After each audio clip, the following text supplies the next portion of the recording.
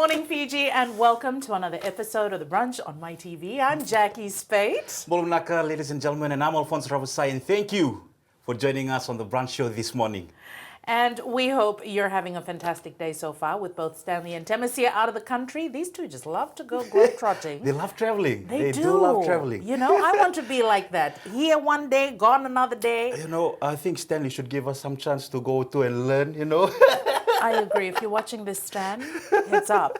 You know, but anyways, they're out of the country. The very talented MaiTV producer and presenter, Alphonsus, is here to keep us company. Well, it's nice to know that I'm the third option somewhere. No, you're not the third option. It's just we play musical chairs here. You need to be You know, better when Jimmy at it. approached me with this, I thought he was joking about it yesterday. But, you know, he told me, like, when he told me, I was like, oh, okay, yeah, I'll do it. Yeah, you know, just out of a thing, out of courtesy. But now that I'm sitting here, this is my first live TV show I've ever done.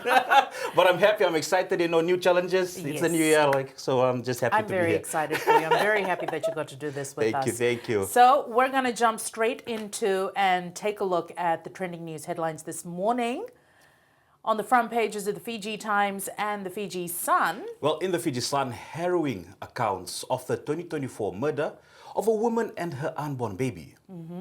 And on the Fiji Times, the Reserve Bank warns of recession if conflict in the Middle East is prolonged.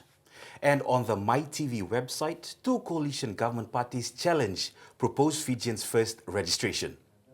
Wow, that's a lot going on. Yeah, there's a lot going on. I keep saying that. I've been saying that every time we come on and we discuss the news. I keep saying, oh, that's a lot. That was heavy. But it's I sometimes week in, feel like week we're out, living in a day movie. in, day out. Yeah. We just all love Everything's running just to the happening fire. so fast. Sometimes you don't believe what's going on. You think it's all AI and fake. But then you check out all these major news websites and all, you know, CNN, all those guys. And you're like, damn, this is really happening in the world. The world is going to... Yeah, going through a lot. Anyways, joining us now to discuss the news, we have the Fiji Sun's Managing Editor News and Print, Nataro, and MaiTV News Manager, Lavenia Lativerata. Good morning, ladies. Good morning. And thank you for joining us on the brunch. Yandra Jacquee, Yandra Alphonsus. Yandra. So, Eva, with regards to the murder story on your front page, the accused made admissions in court yesterday about his actions that led to the death of his wife and her unborn baby, but I'd rather not get into the details. What I'd actually like to know is, how hard is it for you and other journalists to cover some of these stories like this in court? I can imagine that you hear some very terrible things in court proceedings, and how do you deal with it mentally and emotionally while still being objective and providing the service that your job requires? Wow. I've had a personal experience about these sort of things in one of the high-profile cases that's ended now. And, you know, what I can say about what we journalists do, especially when we cover such court proceedings, is it's like we're living the moment. We're reliving what actually happened. And as journalists, what we do is, and what we encourage our colleagues to do, is to talk about it a lot, to talk about how they feel, to talk about, you know, because sometimes it's a traumatic kind of experience that we have to go through in these court proceedings. So what helps is just talking about it to our bosses, talking about it with other friends and colleagues, you know, those who you can trust. And and do things that that really help us, you know. Like for me personally, I love to go to the gym. Yeah. So that's one way that helps me a lot when I go through like work stress or situations like this. So going to the gym is one of the ways that help me to overcome these kind of stories, Jacquee. I hope I've answered your question. You have. That it's so important to have an outlet, you know, not to just keep it within us. Channel it. If you can't talk about it, do what you do. Channel it in the gym, you know, get that, release the stress. Now, one thing I've always wanted to know is there some kind of counseling group or support group that journalists have that you guys usually go to? Is that already established, or is that something still in the works? It's still in the pipeline, like having that that counselor for journalists, but it's still in the pipeline. But I think the Fiji Media Association, especially the Women in Media, we've held sessions on this and try to get journalists to, speak their mind on how they and on how the editors can, help journalists overcome situations like this. So it's still in the pipeline now, Alphonsus. Now, crossing over to Lavenia, what has your experience been like? Right, it's exactly the same as just how Eva described it. We walk out of court after hearing. We talk about things, we make references to the case, and then we walk off. But then when you walk off, you go into another story. You put down that notebook that you've been writing on, and you pick up another because you have to move on to the next news item. And you kept busy, and you forget about those things, but those are momentarily. But then when you get home, when you are on your own, when you're alone, or when you're thinking about your children, things like this pop up again, and it lingers. And I honestly, we are fortunate to have groupings like the Women in Media. The Fijian Media Association is in the process or in talks to engage counselors or journalists like that cover this kind of event. I guess on a personal note, there's nothing else. With me personally, it just bring about it. When I get home, when I leave the kids to come to work, and when I get home, it just bring about it and hoping and praying that for the protection of over my kids, over my children especially, because a lot of the time it's spent in the newsroom, at work. And you can only hope for and pray for divine intervention and divine covering for your loved ones. Thanks so much for that, La. So, La, on the MaiTV website, you did a story on challenges to the proposed Fijians First Party. Are you able to share with us what are the main objections and how is the proposed party responding to these claims? Right. First off, Jacquee, the proposed party is called the Fijians First. And this has been linked to also to former MPs or opposition members. Sorry, let me just retract that. So these are links to former opposition members of the previous administration. Right. You have MPs like Mr. Fayaz Koya, Mr. Kitan Lal, some of the names that have come up. And they submitted the application for registration with the Register of Political Parties. And as part of the process, other political parties are provided a timeline to object to this to the registration. So with the proposed Fijians First Party, I'm consulting my notes here.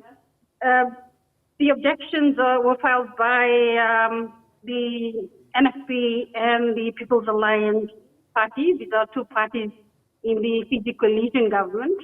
And the objections are basically around the name, the branding.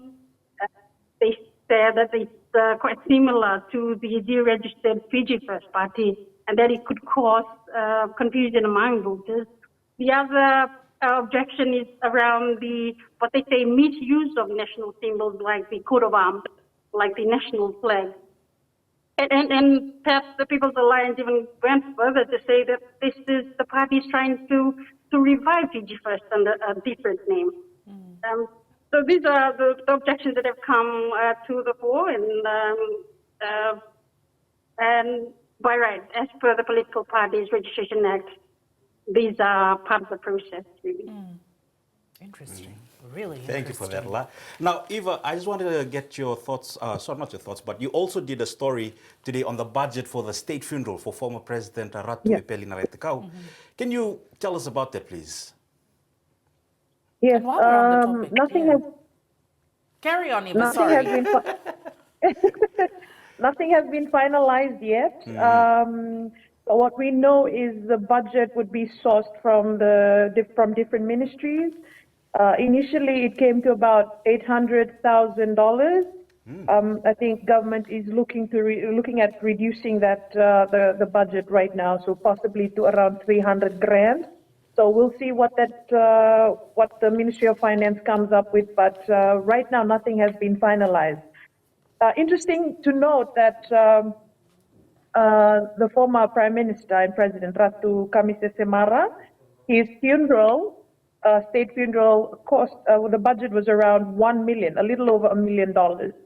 So for this state funeral, nothing has been finalized yet, but what we know that the government, Ministry of Finance, is still revising the budget. Nice. Thank Thanks you so much for that. Thank you And for while that we're on update. the topic of the state funeral, we are going to join Lucy now, who is at the GCC complex in Suva, where people are gathering before presenting their rengo to the family of the late Ratu Epeli. Lucy, can you tell us about the delegations that have already presented at the State House and the schedule for the state funeral this week? Thank you, Alphonsus. We're here at the grounds of the Itoke Affairs and GCC premises, where the Yasana of Lau, the Yasana of Lau has gathered, and they are congregating here to collect everything before they make the procession to State House, where they will present their condolences, their rengu to at the State House grounds where everything is being held. Today also is only the second day of this gathering for the late President Ratu Epeli Nailatikau. Ratu Epeli passed at 84 years old, and the past few days, the past few weeks, we've just been hearing accolades and about his work, the work that he did, not only in Fiji, but around the region. He was an advocate for the fight against HIV and AIDS, and this has been recognized globally. And over the past few days, we've just been hearing this being talked about and shared. Yesterday, the official Rengu started, and to lead off the official Rengu was the government delegation led by the Honorable Prime Minister Sitiveni Rabuka, and was followed by the judiciary led by Chief Justice Ale Sitemo, and then Parliament House, and other communities, including the Pacific Island Forum Secretariat and the Pacific communities in Suva. Today, behind me, as you can see, is the gathering of the Asana Olau. And then after this will be the Turanganangar Nibalu and the Vanu of Nabuso. And after that is the Murambasanga Confederacy. They present their rengu at 2:30 p.m. led by Rotemo Kappa, its traditional leader. After thereon, there'll be a succession of rengus of different parties. The Vanuas, the 14 provinces from Fiji will be presenting their rengus throughout this week until Thursday, when the body of the late Ratu Epeli, our former president, lies in state at State House for one night before a state funeral at Albert Park at 8 o'clock in the morning, and then proceeds to go to Mbau Island, where he will rest there. Ratu Epeli is survived by his wife, Andikwela Nailatikau, the daughter Semara, and two children, Ratu Kamise Semara and Andi Lithia. Thank you, Jackie. That's about it from us here this morning. Thanks so very much, Lou, for that wonderful, wonderful update. Great in-depth there, great insight. And we'll, stay tuned to the MaiTV Facebook pages as our team is on the ground, and they'll be covering everything that will be happening over the next few days with regards to the state funeral.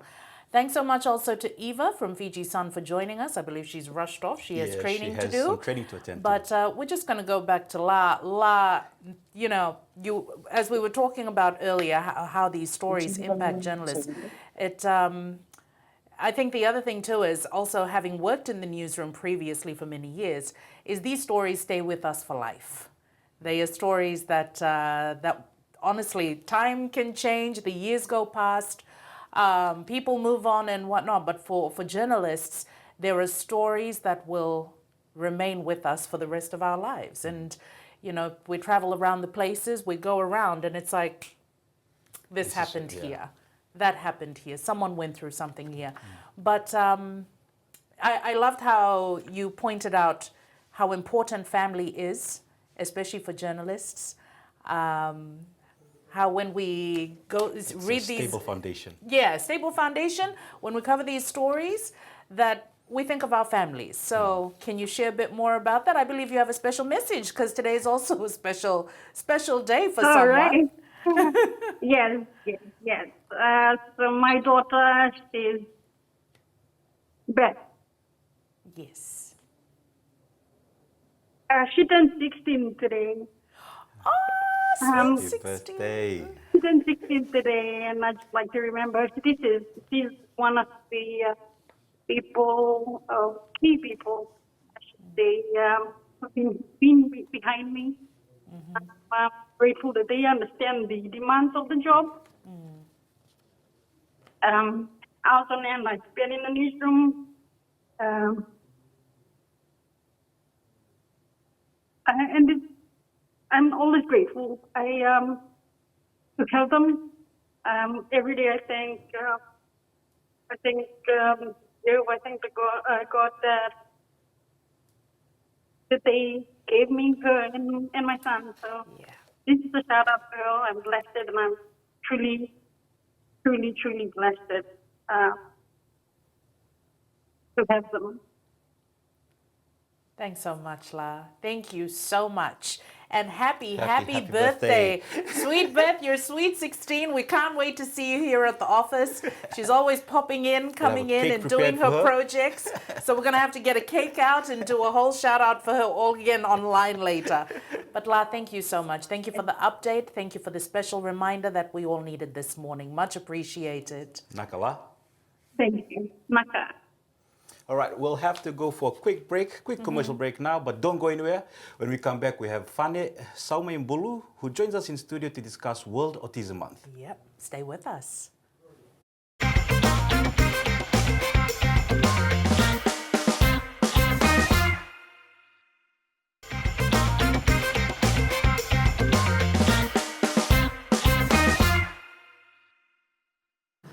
Welcome back. You're watching the Brunch right here on MaiTV, and we are joined by educator, entrepreneur, and autism awareness champion, Fane Saumaibulu. Fane, thank you so much for taking the time to come in this morning. Thank you, Jackie, for having me. You look Thank you so absolutely beautiful this morning, as you Representing always my do. colours.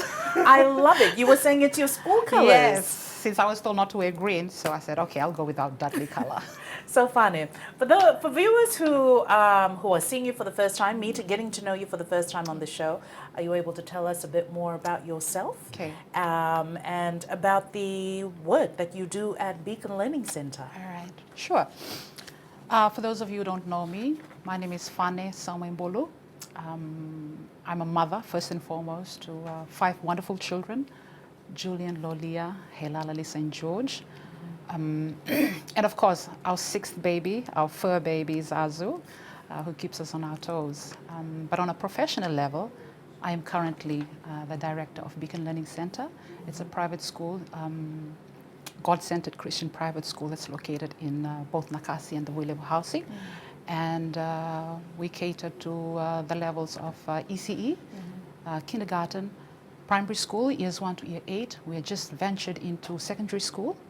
And of course, our baby and our heart, our Shining Star Center that caters for children living with autism. Yeah, so that's briefly about me in the nutshell. Very interesting. Now, Fane, I would like to know, like, what inspired you to get into the autism space? Is there a personal story behind it? Yes, there is. There actually is. So the school was established in 2017. So meanwhile, my background is primary school education. I'm trained, and that is my qualified profession. So when I ventured out to go private, and in 2017 when we opened, the good Lord blessed me with students, and none of them had any learning disability. Right. So in the second year, 2018, we had a child enroll into our center, and there was only 2 of us.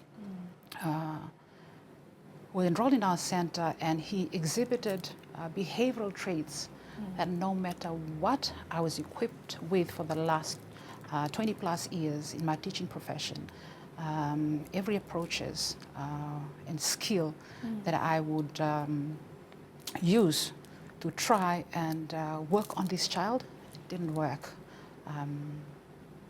And it made me feel like a failure because I've always prided myself that this is something I'm really good at, something that the Lord has blessed me with. And it went on for months, for a few months, I think 2 or 3 months. I would have back and forth discussion with the parents, your child is doing this, and I would try and shift my teaching and learning approaches. Still didn't work because I was applying mainstream teaching approaches. And so one day, out of my frustration, I drove down to Mysore Park, and I sat on the seawall there, and I opened, and I was just crying out to the Lord. There's this child that's making me have sleepless nights. And a lot of challenges. And if this one child out of the many that was there is making me have sleepless nights, what is my purpose, Lord? And, just amazingly, Jacquee, there was an interview on Hope FM, Faith FM. And the only thing I heard was that the lady speaking was Dr. Sue. And she was being interviewed on this issue, and that was the first time I heard of the word autism. Right. And when she was, while she was talking, I was praying, not even listening to her. But then, in the midst of my praying and speaking to my Heavenly Father, things that she spoke to, it's almost like it triggered light bulbs in my head. Yeah. And then she went on, and then I stopped talking, and so my attention shifted. And everything that she talked about, the traits that exhibited by children living with autism, it was everything that this child that was in my classroom was exhibiting on a daily basis. And what teachers were going through from what she was sharing, it's everything. That was me all over. And by the end, every time I share this thought, I get emotional. By the end of that session, that interview session, I was in tears. Because I felt this child had been living in a world of injustice, struggling internally, because no one understood him. No one knew what he was wanting or needed. And because of that gap, because of that lack of understanding, we were treating him indifferently. And even from talking with his parents, he was exposed to abuse as well. You know how it is that with the Fijian family, we just resort to the stick, and sometimes words were spoken. Yeah. And so from that day onwards, Jacquee, I went home and I researched. I felt like I had a new purpose. Because I've been doing teaching for 20 plus years, it becomes something that is on your fingertips. And it's a routine, right? Yeah. But this gave me something that was different. I felt like this is a challenge that I could take on, and every day our approaches, I changed the environment, the learning environment for this child. I changed the way I spoke to this child. He must have really blossomed. Oh my gosh. Just thrived in it. Thrived. Yeah. And by the end of the year, he progressed so well. The parents took him to a public school. And till this day, when they meet me, they see me, they embrace me, and they thank me. But it's not me, It's a work of a community. It is. It's work of the teachers, the children, because not only did we work on the child, we worked on the rest of the children as well. That's true. Right? We tried to create an environment for this child, that he would be able to thrive in, like you just said. But what a testimony, to not know what was going on with him. To go, say a prayer, tune into a radio station, and then to hear the conversation about autism, and it's something that you've never heard of before. No training It was whatsoever. like, Lord, I'm asking you for help right now, and he gives you the answer, and he responded, and look at where you are right now. That is absolutely amazing. And so from that one child, word by mouth.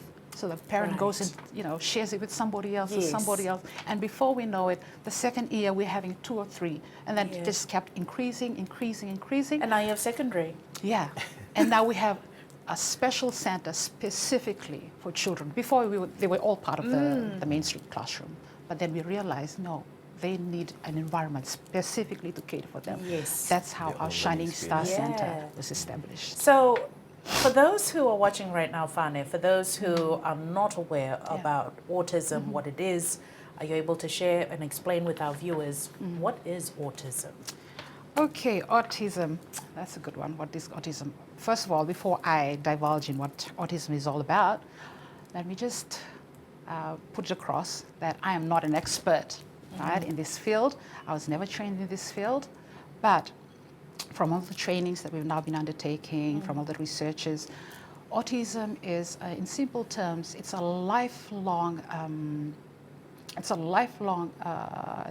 brain difference in the way it operates, right? For an individual living with autism. It's a spectrum disorder, meaning that there are no two persons living with autism that are the same. And when I say the difference in the way the brain works, so much so that it affects their communication skills, their socializing behavior, and just the way that they operate on a daily basis. Well, you audience might ask, what does that make any difference from us? We go through the same thing sometimes. But simple things like when I say communication, and this is like the delivery and the receiving of information. Something simple like, say for instance, if the child wants a glass of water. So with autistic children, they cannot articulate their needs, right? Their speech is affected. So sometimes out of their frustration, because they're not understood, they can throw tantrums, right? Really bad tantrums. And like I said, no two child is the same. One with a mild spectrum could take you by the hand and take you to the tap, right? But one that is in the extreme spectrum could rain havoc inside this room, throw everything down because he's not be able to deliver that information to you in an expected manner, and the person that is receiving that information doesn't understand, right? And so this is some of the issues that they go through. Socializing skills. Let's say, for example, they're at a birthday, right? You take this child to a birthday, invite to a birthday space, and you have the clowns, all the entertainments, balloons, blah, blah, blah. And the children would all go in a group because they're attracted to whatever the event that is happening, right? But a child living with autism will not even care for the world.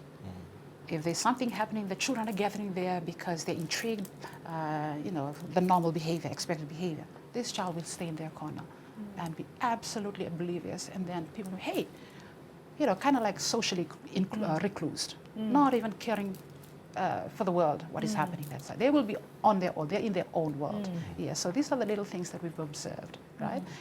The way their brains are wired, and it's different. What is normal to others is absolutely abnormal to them. And there's nothing wrong with that at all. Absolutely nothing. It's just the way they are, right? And it's the outside. It's not them that has the problem. It's people who are perceiving what they're doing that needs to adapt to that. Eh? Right. So, Fane, before we go to a break, are you able to share with us right now, from your perspective, what is the level of awareness with regards to autism and understanding of autism here in Fiji? Oh, wow. I don't think we have the confirmed stats on that, and I'm not an expert. I'm not in a position to say that. But from my experience, on a scale from 1 to 10, Fiji is still at a 4. Still at a 4, right? And we still have a long way to go. Still have a long way to go. A lot of work to be done too. Yeah, in terms of autism awareness. Yeah, and I'm hoping that with organizations like yours and with Autism Awareness Month, more and more community reach will happen, and more support as well from the community, from the nation as a whole, from corporate organizations. Yeah, but we're getting there. We're really getting there, because when I started in 2017, it was 0 level. Yeah. It was that televised interview that I had that opened doorways. But now that I'm having another different media organization, I would say that from that 1, we're now at 4. Nice. So we are progressively moving as a nation. It may be slow, but it's still it's getting there. It's getting there. Now, we have to go for a short break, but before that, let's check out this quick and easy recipe from the great people at Extra Supermarket, a crispy prawn salad. Bula, today we're whipping up a quick, tasty, crispy prawn salad. You'll need some fried prawns, fresh lettuce, cucumber, tomato, and your favorite dressing. Start by cutting up your vegetables. Lay down your lettuce, then add some sliced cucumber and tomato for a fresh, colorful base. Make sure your prawns are already fried and ready to go. Now place your crispy prawns on top, golden, crunchy, and full of flavor. Finish it off with a light drizzle of dressing to bring everything together. Fresh, simple, and packed with a crunchy seafood twist.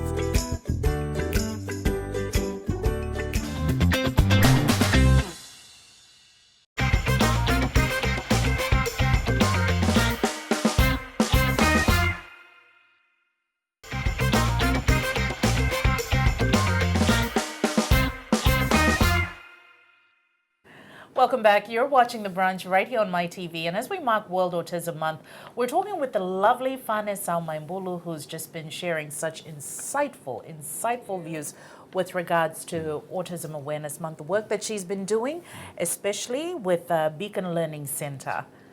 Now, Fane, I recently had this interview with a lady who also had a son who had autism.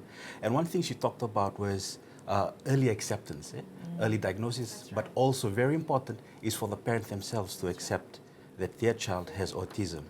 Could you just share a bit about that?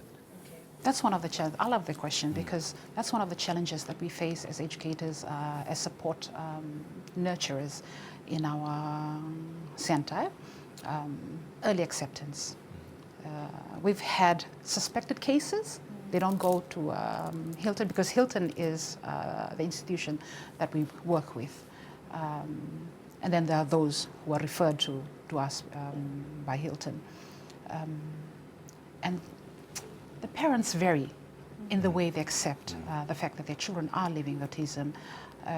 We've had those who come in and all they want is for the child. They think that we have a magic wand, that by the end of the month or by the end of the term, they will, function like our normal mainstream. Like they're going to fix them. Yes, that's right. Yeah. And when there's nothing to fix. Exactly. And then we have those parents who are very understanding, very patient, and they've accepted. And this, for us, those parents who accepted the fact that their children are living with autism, these are the ones that makes the work easy for us, as opposed to those that haven't accepted because they come with a whole lot of expectations.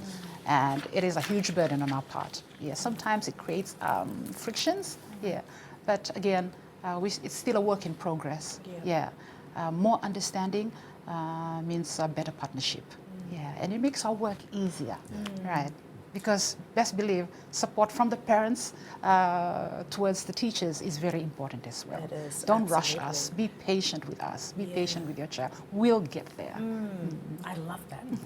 Be patient with us. That is so true. Patience goes a long that's way. right. So, Fane, how can schools and teachers, in your opinion, better support children on the spectrum? Sorry, could you repeat that again? How can schools and teachers better support children who are on the spectrum, especially for parents who are not able to afford private education? Their children have to go into public schools. That's right. And you have public school teachers who have to deal with them and 30 plus other children in one class. That's a high stress environment. That's right.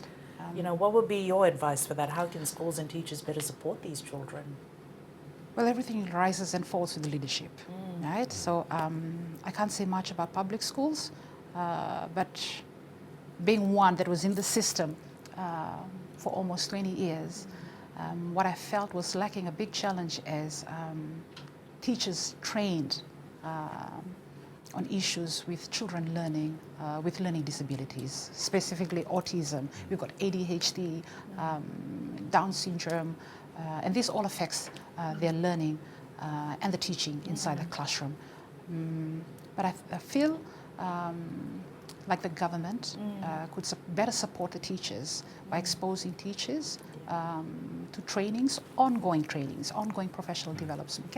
Get the experts to train our teachers. And also, it would also be an injustice and unfair for children living with autism to be included in the classroom with one teacher.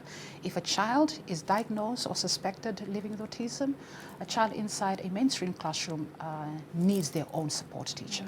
Yeah. But that's something that we can only dream of for now. That is true. Seeing what's happening with our... And I'm sure for private school owners as yourself, you wish you Yes. had all the money just to take them all in, I tell you, just to the provide space. this service That's to right. everyone and anyone who needs it. Oh my gosh. Now, Fane, can you just tell us, for Beacon Learning Center, what are all the services that you provide to your students? Okay. I think for us, what we pride ourselves with is the approaches. Number one is the teaching approaches that we facilitate in our Shining Star classroom. For us, when we have children brought in, we first and foremost work on the heart, behavior, speech, and love has always been our overriding compass and values. Because with autistic children, a new environment is something they can fear, and something that they're agitated and hate. I could use the word hate. So approaching every individual child with love is something that we prioritize, to nurture them in an environment where they feel included, they feel loved, recognized, support, understood, right? And slowly, then we go and work on academics. But for us, what we prioritize is that behavior and also life skills. Our teaching approaches is usually done outside because we would like our children, our students, to be able to, be able to function outside society, outside their homes, in a manner that is acceptable socially by the public. But that takes time, right? And so many times, we take them out, and we are so blessed that the previous government, we started in 2017, I think in 2018, the other government blessed us with a yellow bus. Yeah, and this bus has been, it's just fun.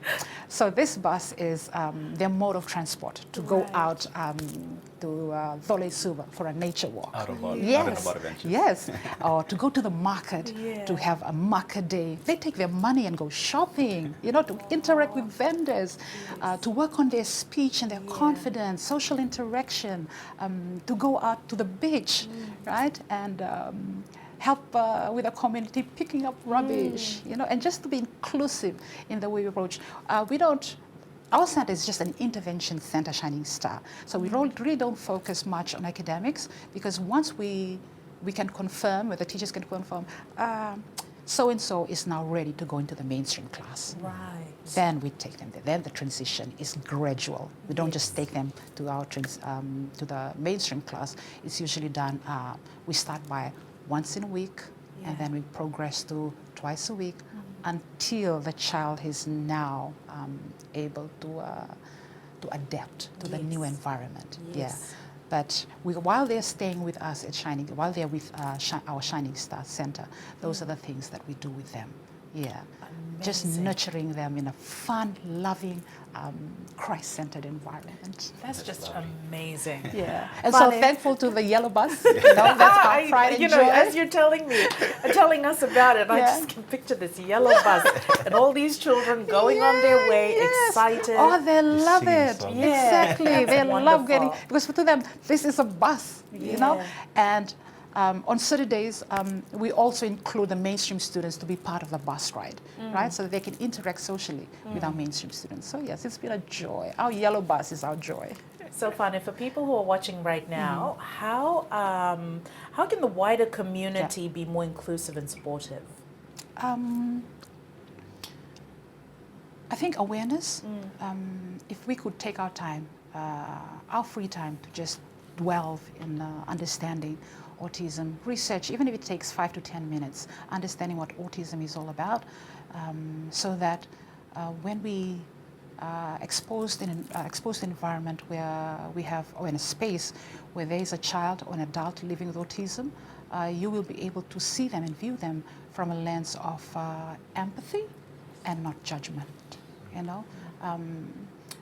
But I think it was in Australia, New Zealand, I know for a fact that students living with autism wear a specific wristband, you know, and the public knows about this, and it's a national wristband, so that when a child is out in a public space and throws a tantrum, best believe, you know, the tantrums they throw is of next level.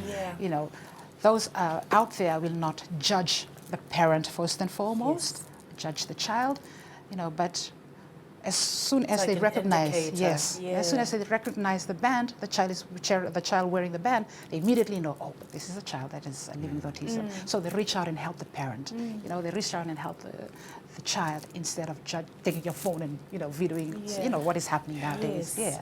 Just to see things from an empathetic point of view, because what parents living with children who are living with autism, what they need most is support and understanding. Absolutely. That's such a great initiative, especially. I feel like that should be something that we adopt over here. There's so many learnings from overseas, you know, and we'll get there. We will. Now, as we mark Autism Month, what is one message you want everyone in Fiji to take away from this? What is one message? Autism is it's not a disability. It's just a different ability.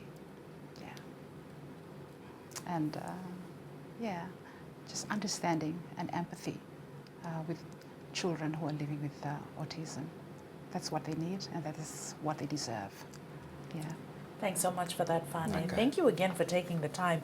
Before you leave us, are you able to share with our viewers, how can they reach out to you? Maybe there'll be someone who has been touched by this conversation that we've had with you. How can they get in touch with you or Beacon Learning Center? Okay.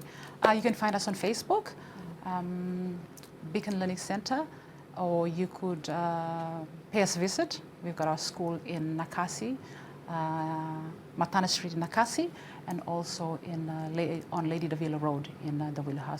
We have an open door policy. Don't hesitate to reach out or come visit us for a dialogue, or you could call us on the number that's on Facebook. Thank you so much, Fane. We truly appreciate you taking the time to come in and discuss such an important topic with us. You know, we wish you and your team all the very best, and we thank you for everything that you've been doing for our children. Thank you. Thank you. Now, we'll go for a short break right after this, but first let's check out some great products I discovered at Action Supermarket yesterday. You did?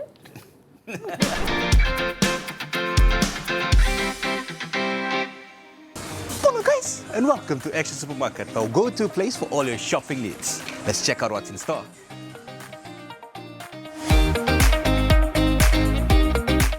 Now, Mother's recipe brings authentic Indian taste straight to your kitchen.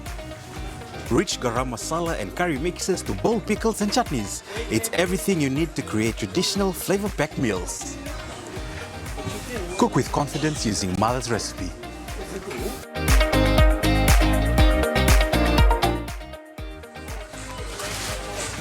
Now, Lotus offers wholesome, better for your pantry essentials. With gluten-free flours, oats, starches, and plant-based options, it's perfect for healthy cooking and baking. Now, create better, smarter meals with Lotus. Now, Joe's Classic delivers refreshing flavor in every sip. From fruity blends like apple and blackcurrant to mango, orange and pineapple, there's something for everyone. Now, refresh your day with Joe's Classics. From everyday essentials to refreshing drinks, everything you'll ever need is right here at Extra.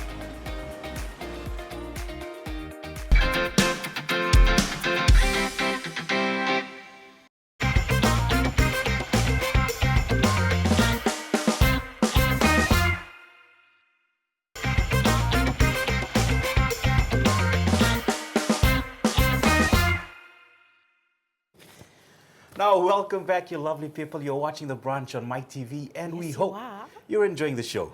Well, Johnny got to catch up with the guys at FMFEV yesterday to check out one of their new EV vehicles. Lucky guy. Absolutely. Lucky guy. He gets to do all the fun stuff. Right? I know. Let's see what he has for us. He's always up to something.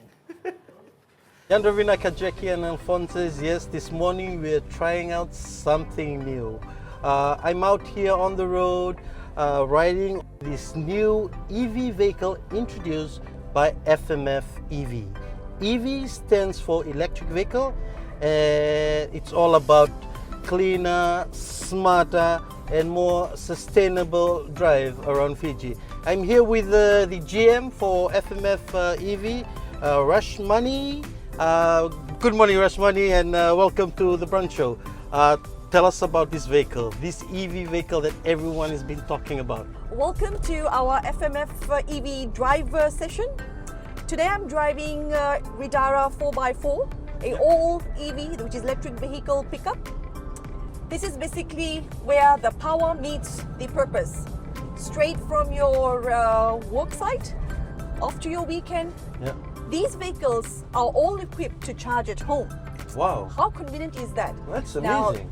the vehicle that I'm driving, it has a battery capacity of 73 kilowatts per hour, and at a full charge, it covers 424 kilometers.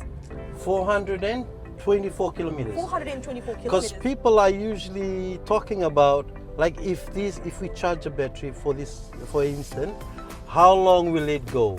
It's not by hours. It's about. Agree. Correct, Johnny. So people's assumption right now is when they charge, the question they ask is how long will it go? It's not about how many minutes or how many hours. Now, these batteries, when you charge this, the vehicle covers kilometers, so it is by distance. Well, after taking this EV vehicle for a spin, it's clear that the future of driving in Fiji is already here. It's efficient, it's economically friendly, and surprisingly, it's comfortable on the road. Jacquee.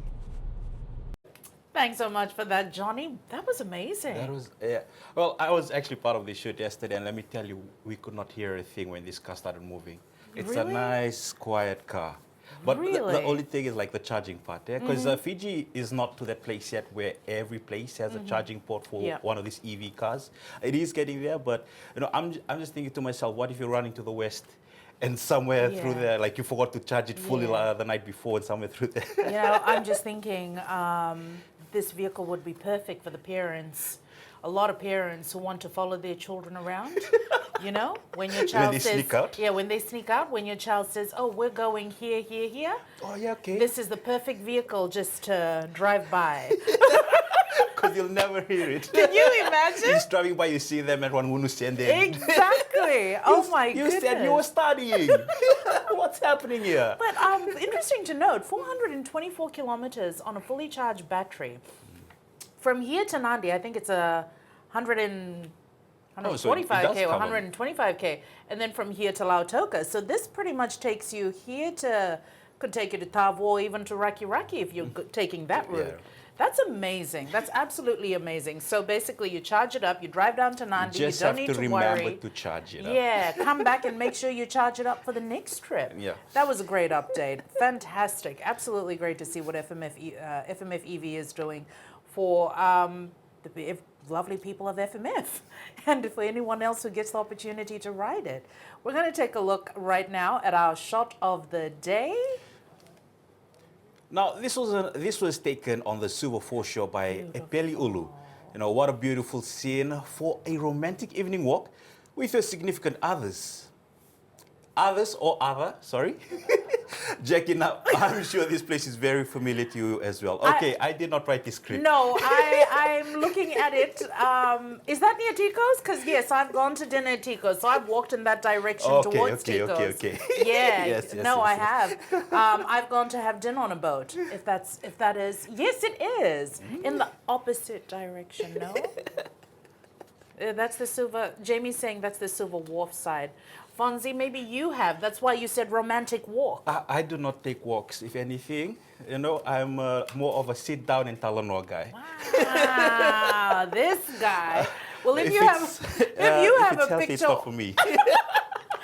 If you have a picture or video you'd like to share with us or you'd like featured on the show, please send it to us on the MaiTV Facebook page or on email brunch@mytvfiji.com. Now, we'd also like to get your views on our poll question that is on the yes. MaiTV Facebook page. Yep. And the question we're asking this week is, which cost is impacting your household the most right now? Is it groceries and food, fuel and transportation, electricity and water bills, rent and housing? So, yeah.